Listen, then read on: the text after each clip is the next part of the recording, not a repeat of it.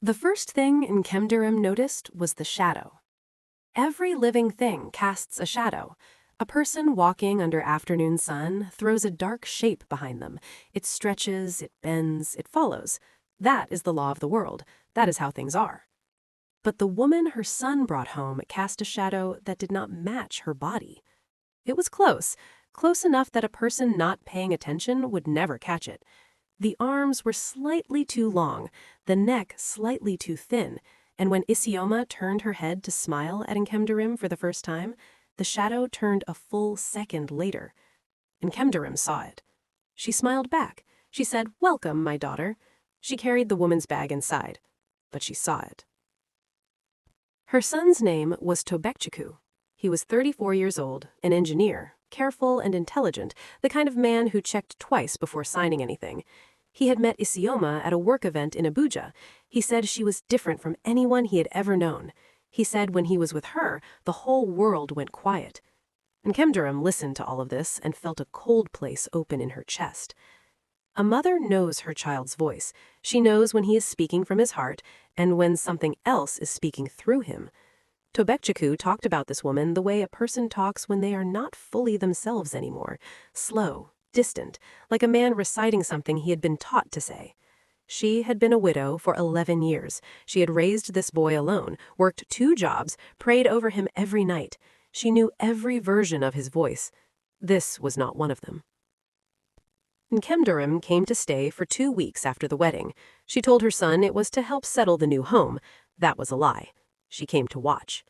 And Isioma gave her many things to watch. She was always the first awake. Before the sun, before the birds, before any alarm, Isioma was already standing in the kitchen, already dressed, already moving through the flat with the quiet efficiency of someone who did not need sleep because sleep was not a thing that applied to her. She cooked well. She cleaned well. She spoke softly and never raised her voice. She was, by every visible measure, a perfect wife. But she never ate a full meal. She would move food around a plate with great patience and consume almost nothing. When Nkemdirim watched closely, she could not once catch the moment Isioma actually swallowed. She did not sweat, not in the Lego's heat, not after climbing stairs, not ever. When she laughed, and she laughed often, always at the right moments, the sound was correct, but the eyes did not change. The eyes stayed level and still, like water in a cup that nothing had disturbed. Nkemdirim wrote all of this in her prayer journal. She wrote it in small, careful handwriting between the Psalms so that if anyone found the book, they would see only scripture. She was not a careless woman. She had not survived this long by being careless.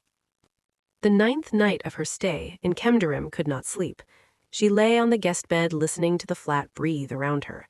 Lagos outside, generators, a dog somewhere, the low hum of the city that never fully stops. Inside the flat, nothing. No sound from her son's room, no movement, nothing. At 2 in the morning, she rose for water. The hallway was dark, but beneath the bathroom door, a thin, cold light. Not the yellow of the bulb, something blue, something that had no business being inside a bathroom in Lekki at 2 a.m. Nkemdirim stood in the hallway for a long time. Then she moved to the door. She did not knock. She pressed the door open with one finger, slowly, slowly, until she could see inside. Isioma stood at the sink with her back to the door. Both hands gripped the edges of the basin. Her head was tilted forward, and at her nape, at the place where the hairline ends and the skin begins, something was happening that Nkemdirim had no words for.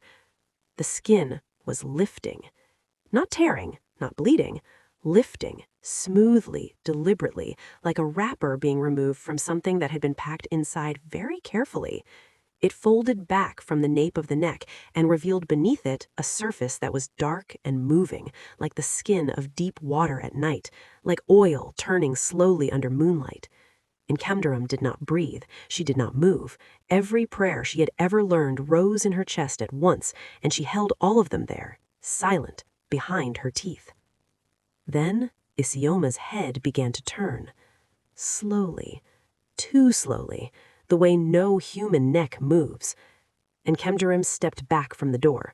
She walked back to the guest room. She lay down on the bed and held herself still and stared at the ceiling until morning. She told her son the next day. She sat across from him at the dining table in his own home, looked him in the eye, and told her everything she had seen. She was calm, she was specific, she did not exaggerate, and she did not soften it. He listened. He was quiet for a long time. Then he told her she was stressed. He told her it was dark in the hallway and the mind plays tricks at night. He told her Isioma was just a private person and that not every woman was going to behave the way his mother expected. He said all of this with a gentle smile that did not reach his eyes. Nkemdirim looked at her son's face and felt the cold place in her chest grow wider. That afternoon, Nkemdirim found Isioma in the kitchen. They stood on opposite sides of the counter and looked at each other. Isioma smiled, that perfect, still smile. Nkemdirim stared at the place on her neck where the skin had lifted the night before. It was smooth, seamless, not a mark, not a line, not even the memory of what had been there. Isioma tilted her head slowly to one side, like a question, like a warning. Nkemdirim left the flat the next morning. She did not leave because she was afraid. She left because she understood, with the clarity of a woman who has lived long enough to know the difference between problems she can solve and problems that require a different kind of help. She went to see Mama Ochuba, an old woman who lived in a face me, I face you compound in Surulere, who had seen things in her long life that she would not speak of in daylight. A woman who knew the old stories, not as folklore, not as entertainment, but as warnings, as field guides for exactly this kind of situation. Mama Ochuba listened to everything. Then she was quiet for a long time. Then she said one word. She said the name of what Isioma was, an old word from a language older than any country currently on the map.